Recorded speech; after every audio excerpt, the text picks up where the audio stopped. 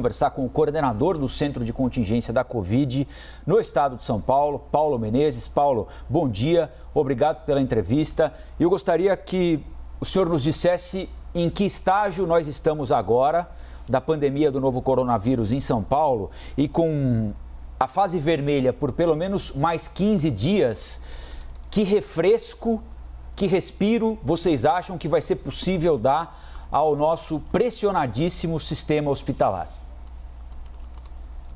Bom dia, Colombo. Bom dia, Elisa. Realmente, a avaliação é de que esse é o pior momento nesse pouco mais de um ano de pandemia aqui no estado de São Paulo e no país.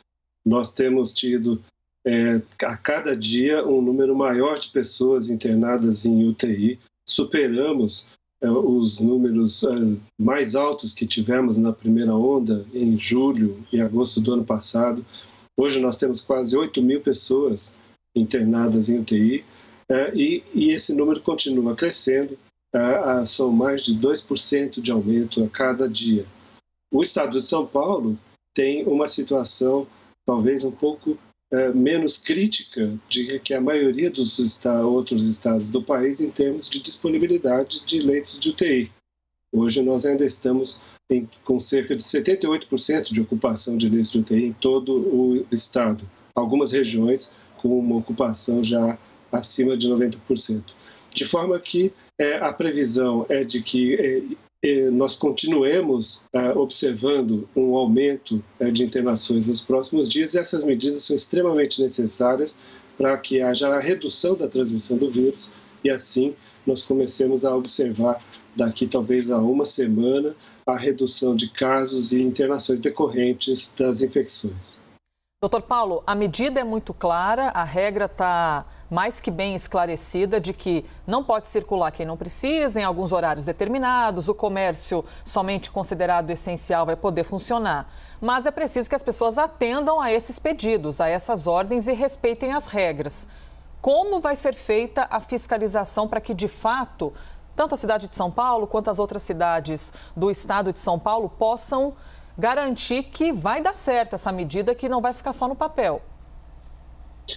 Aqui no estado de São Paulo, a responsabilidade da fiscalização ela é tanto do governo do estado como dos municípios. Desde a semana passada, quando nós instituímos o toque de restrição, foi constituída uma força-tarefa, trabalhando junto vigilâncias sanitárias dos municípios e do estado, polícia militar e até o PROCON. Porque um estabelecimento que, por exemplo, abre as portas sem ser uma atividade essencial, ele está colocando os seus consumidores em risco, já que nesse momento não é possível, a partir de amanhã, não será permitida essa atividade. De forma que a fiscalização tem sido intensificada, aumentaram o número de autuações na última semana e isso deve continuar nas próximas 2 semanas.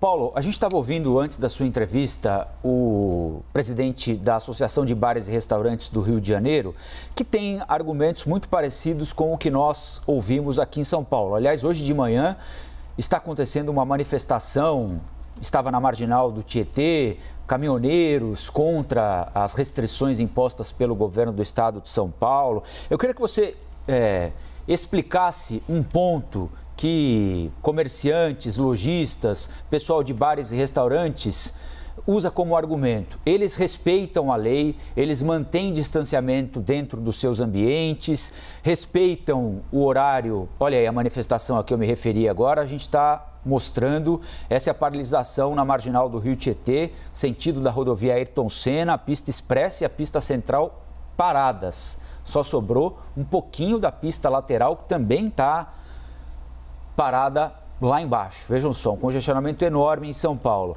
Mas voltando ao argumento, Paulo, eles diziam o seguinte: olha, nós respeitamos todas as regras, fazemos tudo o que o governo pede e estamos sendo punidos por causa de festas clandestinas, por causa de baile de carnaval, por causa do transporte público lotado, que é proporcionado assim já desde antes da pandemia pelo próprio governo. Por que? Queria que você explicasse por que é que agora tem de parar, inclusive, quem sempre trabalhou dentro da legalidade e não apenas continuar fiscalizando e procurando evitar eventos clandestinos que são proibidos em qualquer circunstância? Nós reconhecemos todas as dificuldades e todo o esforço que esses setores aqui em São Paulo têm feito para seguir os protocolos e para colaborar, para controlar a pandemia. Mas essas atividades, elas de alguma maneira, elas trazem risco. Por exemplo, se duas pessoas se encontram em um restaurante para um almoço e elas vão tirar a máscara, elas vão comer, vão conversar, e isso aumenta o risco em relação à situação de estar todo mundo, se possível, em suas casas. Então, no momento em que o país vive o pior momento da pandemia, onde nós temos visto, infelizmente, recorde de óbitos a cada dia, e no país como um todo, estados e mais estados com mais de 95% de ocupação de leitos de UTI, é preciso uma medida muito dura para reduzir a transmissão do vírus de uma forma mais eficiente. Então, quando nós estávamos numa situação um pouco mais controlada, esses setores podiam estar atuando seguindo os protocolos. Agora, nesse momento, é necessário um esforço de todos para que nós possamos superar esse momento terrível e retomar essas atividades progressivamente após conseguirmos controlar essa velocidade de transmissão. E o Estado de São Paulo espera que daqui a quanto tempo aproximadamente consiga ver já os efeitos positivos dessa medida mais restritiva?